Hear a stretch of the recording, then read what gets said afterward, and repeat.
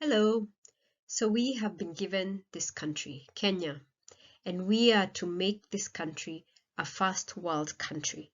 What is a first world country? A first world country or high income or highly developed is a highly urbanized country that has good universal access to health, education, and housing. It has high productivity, it has strong service sectors, and has freedom of movement because of infrastructure. So, where is Kenya at this point? Our lovely country, Kenya, is still a third world country or low income, meaning it has a big agricultural sector. It has a huge proportion of population living in rural areas, or I would think a lot of people are living in slum areas. I could be wrong. There's low productivity, there's disease, there's high infant mortality, there's lack of potable water and poor infrastructure. If we look at our country, it seems as though we are thriving. There's so many things that have moved up in terms of services, but at the same time, we are slowed down. And corruption is a big factor of what slows us down. So, what is corruption? Corruption, as defined by transparency, this is the abuse or exploiting or misusing or treating with cruelty or violence, causing pain, um, with the power that we've been entrusted for the purpose of private gain. There are three levels of corruption.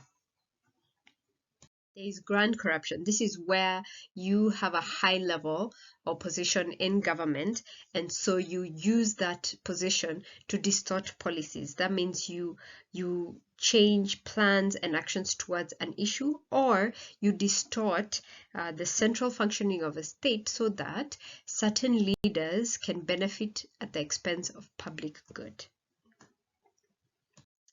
There is petty corruption. I wouldn't put petty and corruption together, because petty means trivial or small or secondary important. But then this is where, if you are a person who has been given a certain power, which we have in some way, and you use that power to deny access to ordinary citizens every day who are trying to get basic goods and services. And this can be in places like hospitals, schools, police departments, and other agencies. There is political corruption. This is where you manipulate, you move around policies, you move around institutions, and you move around rules of procedure in how resources are allocated, money is allocated by certain decision makers, so that they're able to remain in power, they're able to remain in their status, and they're able to remain with wealth or gain wealth. Now, together with all this corruption, there's one more thing that usually comes together with this. This is impunity. Impunity is where I have freedom from punishment for something that I have done that is wrong or illegal. Does all that sound familiar?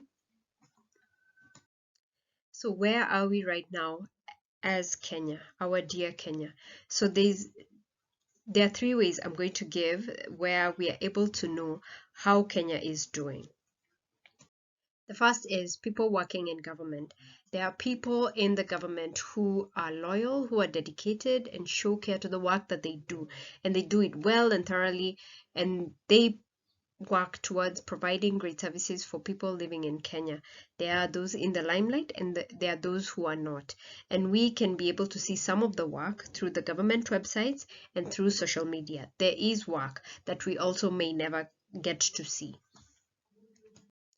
There are people who work in non-governmental organizations that partner together with the government to help provide quality services and thus improve the standard of living for Kenyans and residents of Kenya. One of this is World Bank, and we can see some of the report on their website like this.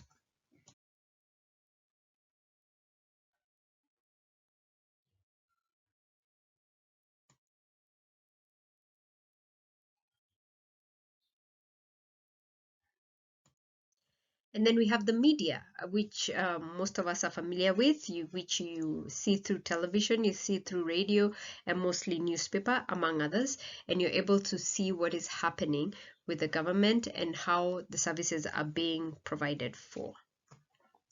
So back to my first question.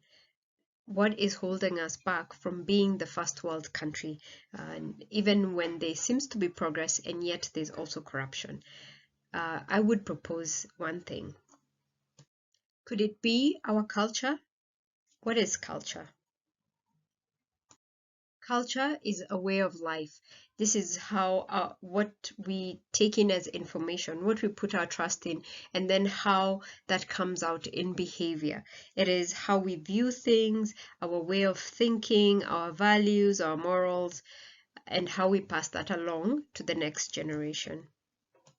So for my next video, I am going to look at culture, and I'm going to ask, do you think certain traits that we have are affecting the way we are moving as a country and holding us back in being a first world country? See you soon!